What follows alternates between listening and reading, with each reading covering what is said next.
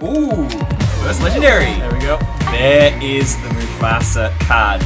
Saw something shiny in the back. Oh! What's up, guys? Welcome back to a video from Total Cards. I am AJ, and we have with us Johnny. Hello. Johnny and Ben, who is a new face here, who knows a lot more about Lorcana than we do.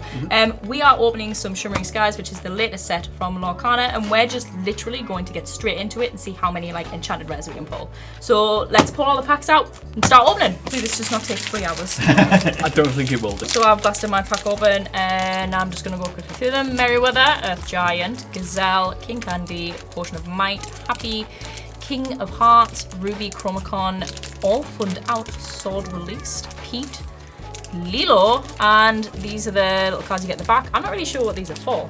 So this is for the brand new Gateway product that has been released alongside Set 5. So it's a new way to introduce anybody that might be interested in playing Lorcana. That you get 2 decks alongside, and a great way to introduce some new people into the game. I will match your Pete with a Pete in your first pack as well. With Pete. Yeah, like I wish I could get into Lorcana.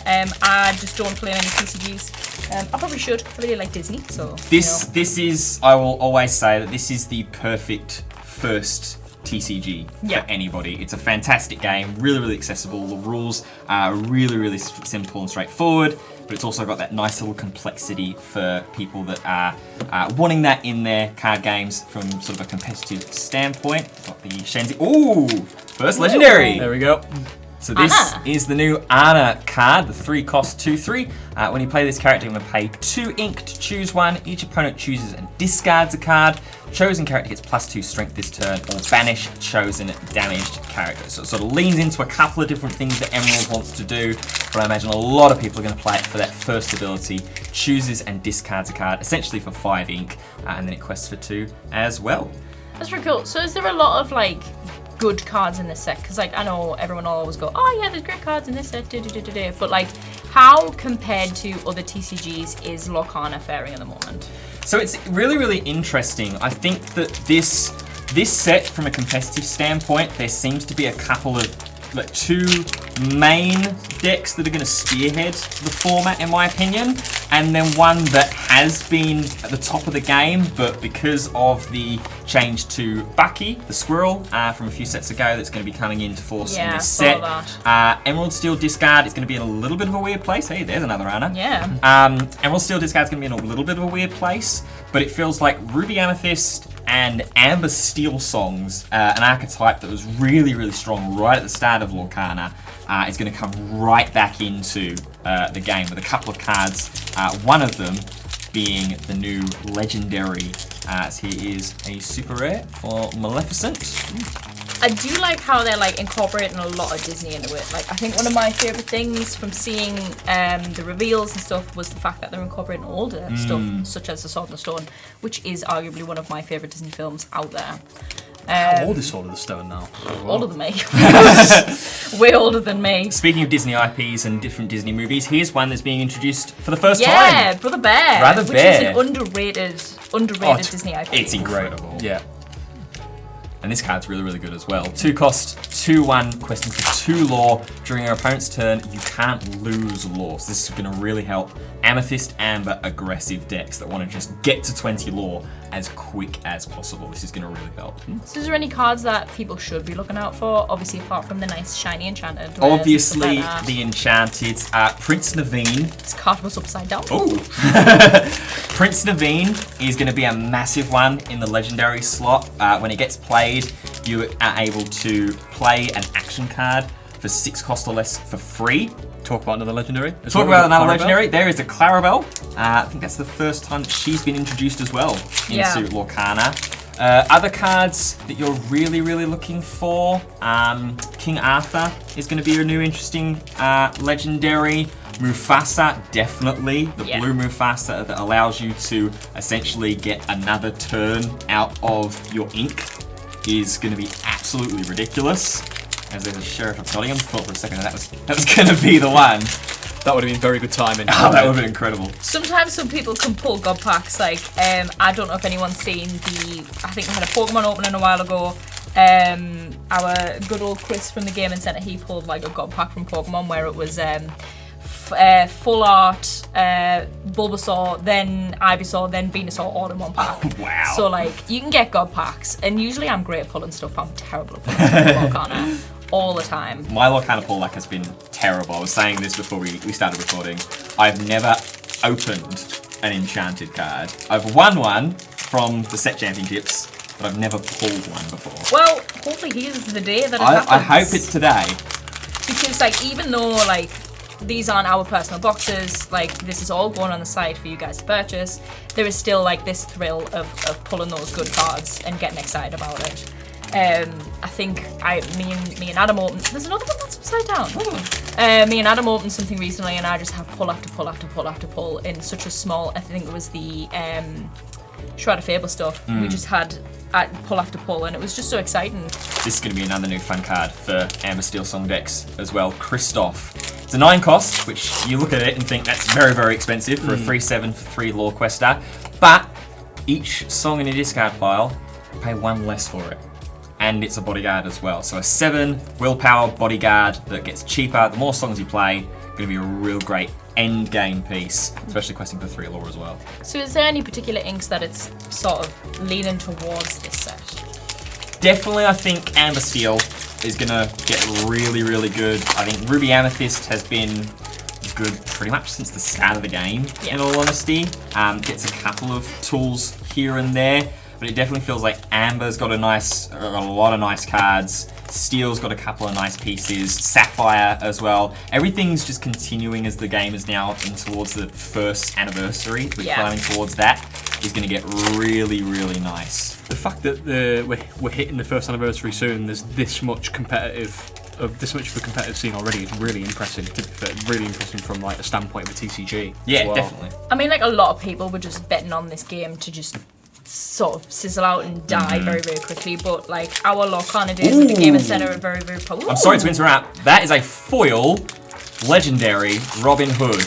So you'll see, we've got one of the other legendaries here. In this set, they've altered the legendaries slightly. They've got, if you could see, I'm not sure how well the camera's going to pick that up. There's a slight, be able to pull it right up. There's a slight embossed. You might see that it almost looks a little bit 3D. The image. They've made the actual character just stand out a little bit, and it's sort of embossed. You've got the same sort of effect here, but of course, you've got that beautiful foiling across the card as well. 4-cost Robin Hood. That's very cool. I think I like that they've made something interesting about their sort of their legendary cards.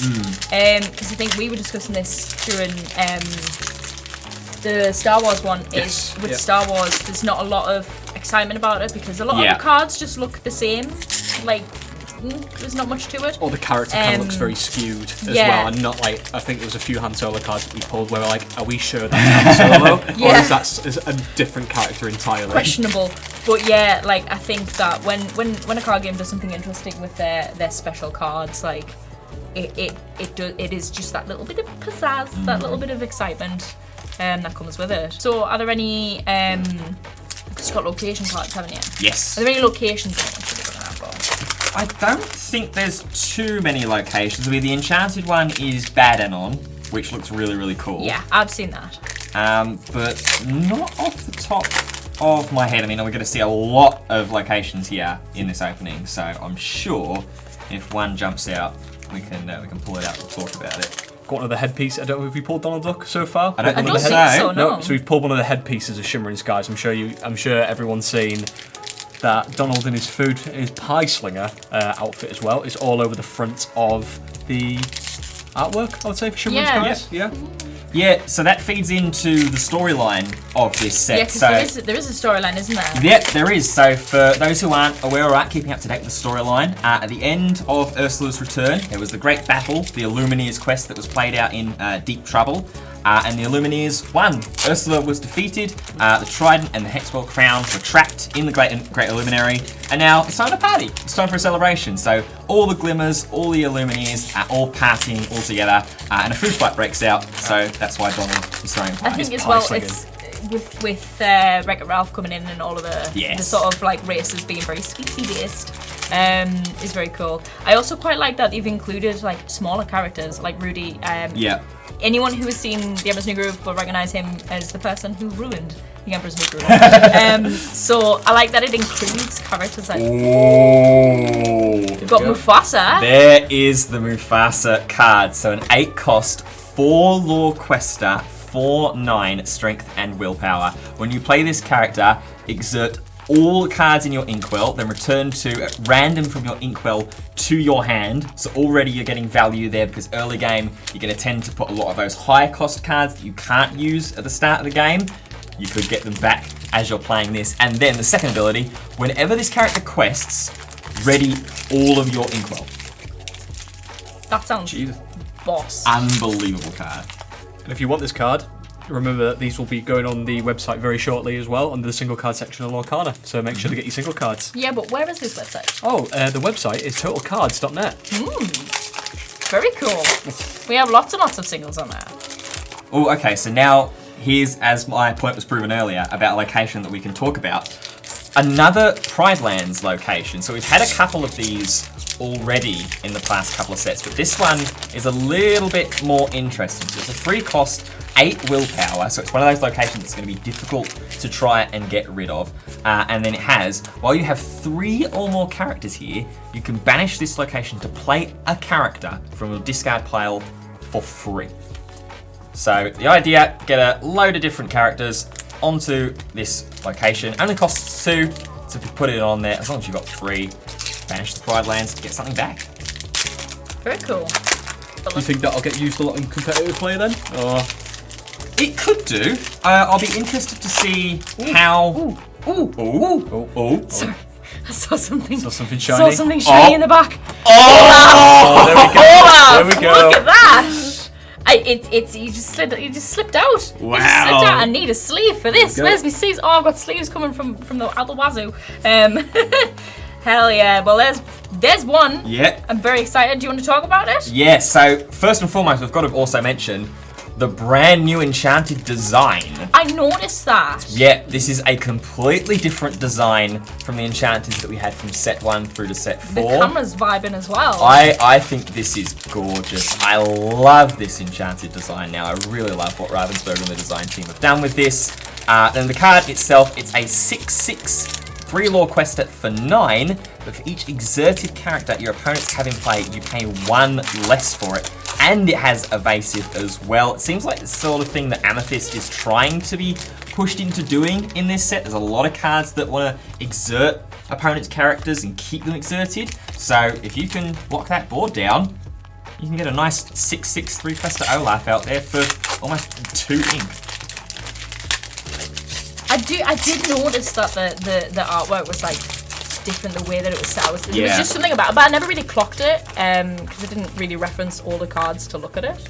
But yeah, you can tell that Ravensburger have like a passion for this game. Yes. Like there is definitely a passion for the TCG and for the content, the quality that they put out there. Camillo Madrigal. And Amethyst, of course, is either all the Madrigal cards have been, that or the Amber ink. 6 cost, 3/7. This is an interesting one as well. Whenever this character quests, you may gain lore equal to the lore count of chosen other character of yours, and then you return that character to your hand. I did see, I think Anthony, one of our staff here at Total Cards, was talking about that card in particular, and he had to explain it to me because I was very confused by the way that it was written. But then again, I don't play it, so like a lot of the keywords mean absolutely nothing to me. But he was saying that was a really, really good card. Yeah, it's going to be an interesting, especially if you compare this with Sapphire. You get a card like Tamatara from the first set, which sees a lot of competitive play. Just put a load of low-cost items onto the board. Tamatara quests for the amount of items +1, because it has 1 lore pip on it already. If you can quest with Madrigal, that is a 3rd way, along with Lucky Dime, to duplicate Tamatara's questing ability. So essentially, you could quest potentially up to 20 in 1 turn with the right combination of cards. So what's the Retrosphere and all those? Ooh. There's Naveen. I'll nibble in the bud. There we go. So this is the Naveen card that I was talking about earlier. 4 cost singer for 6, but when you play this character, you can play a song with cost 6 or less for free. And there's so many impactful 6 cost or less songs. There's one in here that we pulled earlier that allows you to grab characters with the same name as one that's already in play back from the discard pile. Oh, right, okay. And then also from the first set, you've got things like Grab Your Swords, you've got A Whole New World, you discard your hand and draw 7 new cards. Some really, really great synergy, and of course with it being Singer 6 as well, just constant 6 cost Singer value.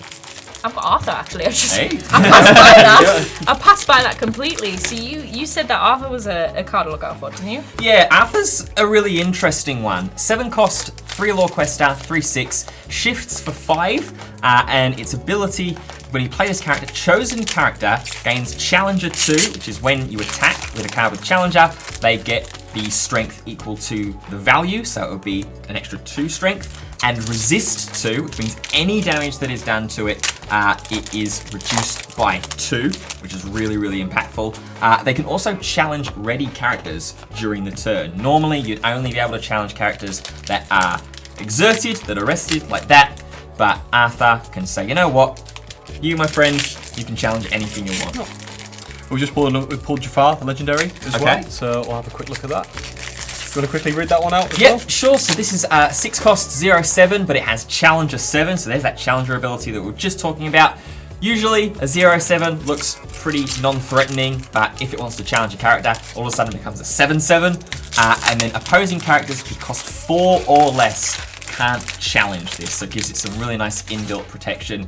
There's a Ruby Steel Challengers Matters deck that I'm trying to work on and brew up. I've been trying to work on it since about set 3, and I've never really quite gotten it right, but it feels like it's gotten a lot of support in this set. The Snuggly Duckling location in the last set as well, so maybe this was the last tool that I needed to really get it to work. We'll have to go into the theory room to see how it turns out. Do you think it's interesting that they do use sort of like locations? Because like you've got Magic the Gathering that has like Lands and stuff like that. like and like the plains, but they're not like you have lands, but they're not used in the same way that the lands are here. Like the locations are really, I don't think. Yeah, well, because obviously your lands are your method to tap mana to play creatures and things like that. Obviously in Lorcana you have to use your own resources to ink, and they are how you pay for things. There's another Naveen. Yep, another Naveen. Yeah, I think the locations, another Anna as well, just gives another real intriguing element to deck building, to in-game strategization as to whether I need to focus your characters or whether I need to deal with this dangerous location. And because obviously it's the Disney IP, you've got so many iconic worlds that it just makes sense to go, you know what, let's showcase those worlds, let's showcase iconic sections in those worlds, iconic things from the movies to give that extra dimension to the game. Yeah, and I mean, locations are like such an important thing in Disney films. Like they are, because like you've got Pride Rock is a prime example, exactly. And Sugar Rush Speedway. Sugar Rush Speedway.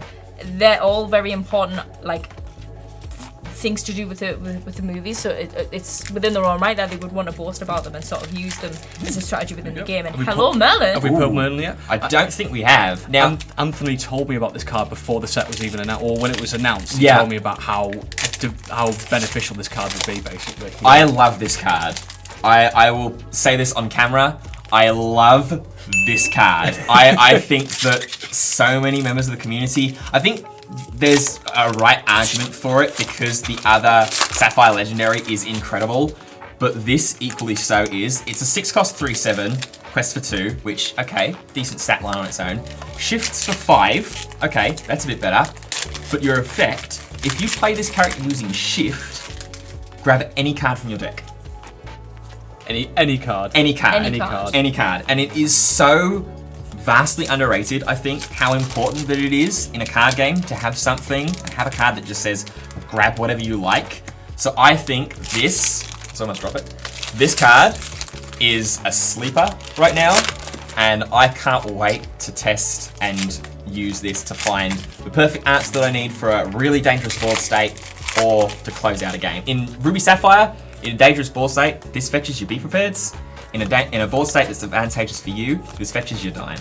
So, I love this card. Speaking of other versions of Merlin, There we go. got the classic holiday back from Bermuda. Yeah. Oh, I want to watch Salt in the Storm now. I only watched it for the first time like 2-3 weeks ago. No way. I want to say, because there was someone that was saying, oh, you need to watch that and It is such a good the film. Black Cauldron as Yeah. well. Oh yeah. So I watched Sword in the Stone first because I was like, okay, this is like the more iconic one, the more I recognise from Lorcana, funnily enough. And I was like, yeah, okay, I get it now. Yeah, I absolutely love Sword and Stone. I love that they've got like Sparrow, Arthur in it and stuff like that. Yeah. I don't think they have the girl squirrel in it. I'm not sure. I can't remember seeing it. But she is, obviously you've seen it, she's quite a force to be. But I know they've featured like Madam Mim and stuff before. Yeah. And Madam Mim's pretty damn cool. Say the words Madam Mim to anybody that plays the Lorcana card game, you're going to get one of two things. You're going to get a wide smile or a shiver down their spine. I'm not surprised. I mean, she's a pain when she's in the film, never mind in a deck Yeah. playing against her or something like that. 2 super rares in that pack, That's cool. Oh, nice. including this Snow White that has had some interesting support and had an interesting archetype built into it for this set. All the 7 dwarves are knights in this set. Yeah. And they all help each other, they all benefit each other, with of course the Queen of the Hour being Snow White.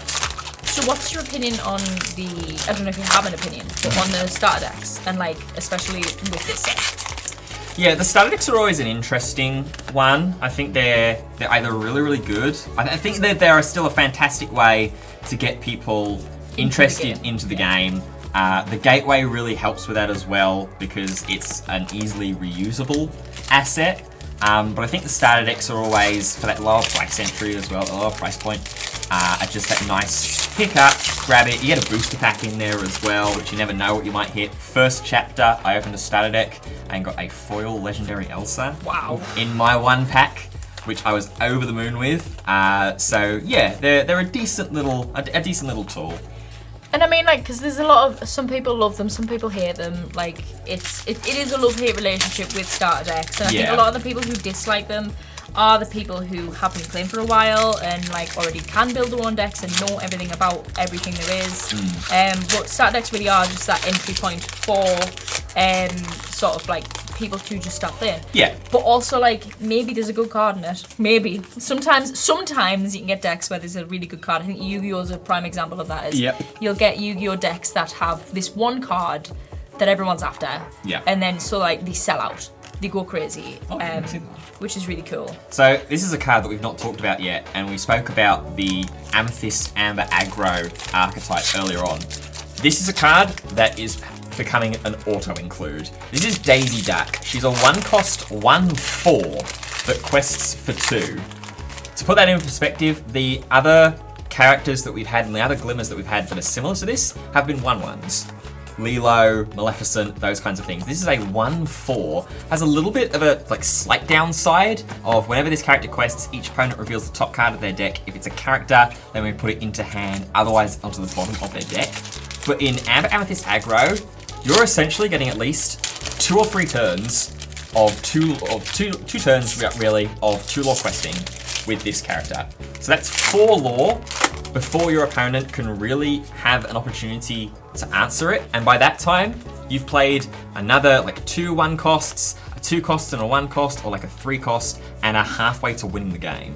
So this is definitely one at the super rare slot to look out for. This card's insane. Pick it back. We gotta go with my boy Donald. You gotta pick the right one. We gotta boy my boy Donald. Pick it back. I'll go for the middle one. Cool. Go for the middle one. So we all open them. And then we'll show the first card and then the second card. Just go through it like that. Yep. So. Oh, mine's upside down. Upside down. Is that +1 point? So I have Anna. I've got Tatia. Okay. I'm gathering knowledge and wisdom. Ooh, Merlin A card. bit of a mouthful. Unfortunately. And then I've got Vanellope von Schwyz. I've got Merryweather. Got Gazelle. I have Basil. I have the White Rabbit. Tanana? Tanana? I can't speak. The Grandma. The Grandma. I've got Ratigan. I have Healing Touch. Pete. I have Ed. I have King Candy. Robin Hood. Rudy. Hey, hey! Sneezy. I've got Simba. Sven. Arthur. I've got Robin Hood. 7 Dwarfs mine. We've got Shenzi. I've got Maid Marian. I got Tropical Rainforest. There we go. I got Alan Adale. I have We Know the Way. I've got Super Rare Pete. Elsa's Palace. I have the Queen's Censor Corps. I have a Legendary Genie. There we go, right. And then Royal Tantrum.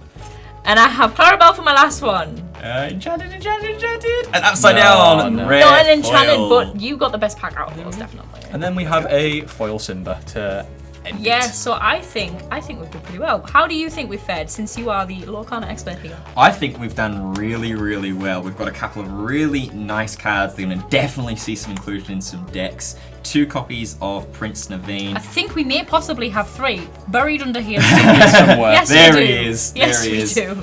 We've got Mufasa as well. We've got the one of my favourite card. Where is he? The sleeper hit of the Merlin. Lots of legendaries, and of course that beautiful Olaf enchanted card. So I think that was a very successful pack opening. Yeah, I think you've given us some luck, so I know who's going to be in Lorcana opening small. If I pulled the best card. Certainly Well, not the me. best card, Certainly but- not me. Thank you guys so much for watching. If you like this video, well, drop us a like, leave us a comment, share the video, send it in an email to your grandmother, note in a bottle, however you want to do it. All of these cards will be available on our site at talkcards.net for you to peruse and purchase at your own leisure. And also they'll be available in our gaming centre as well if you are a local to us or want to travel. Anyway, that's thank you from me, and I hope you guys enjoyed it, because I certainly did. It was a blast. Cool, until next time, bye bye.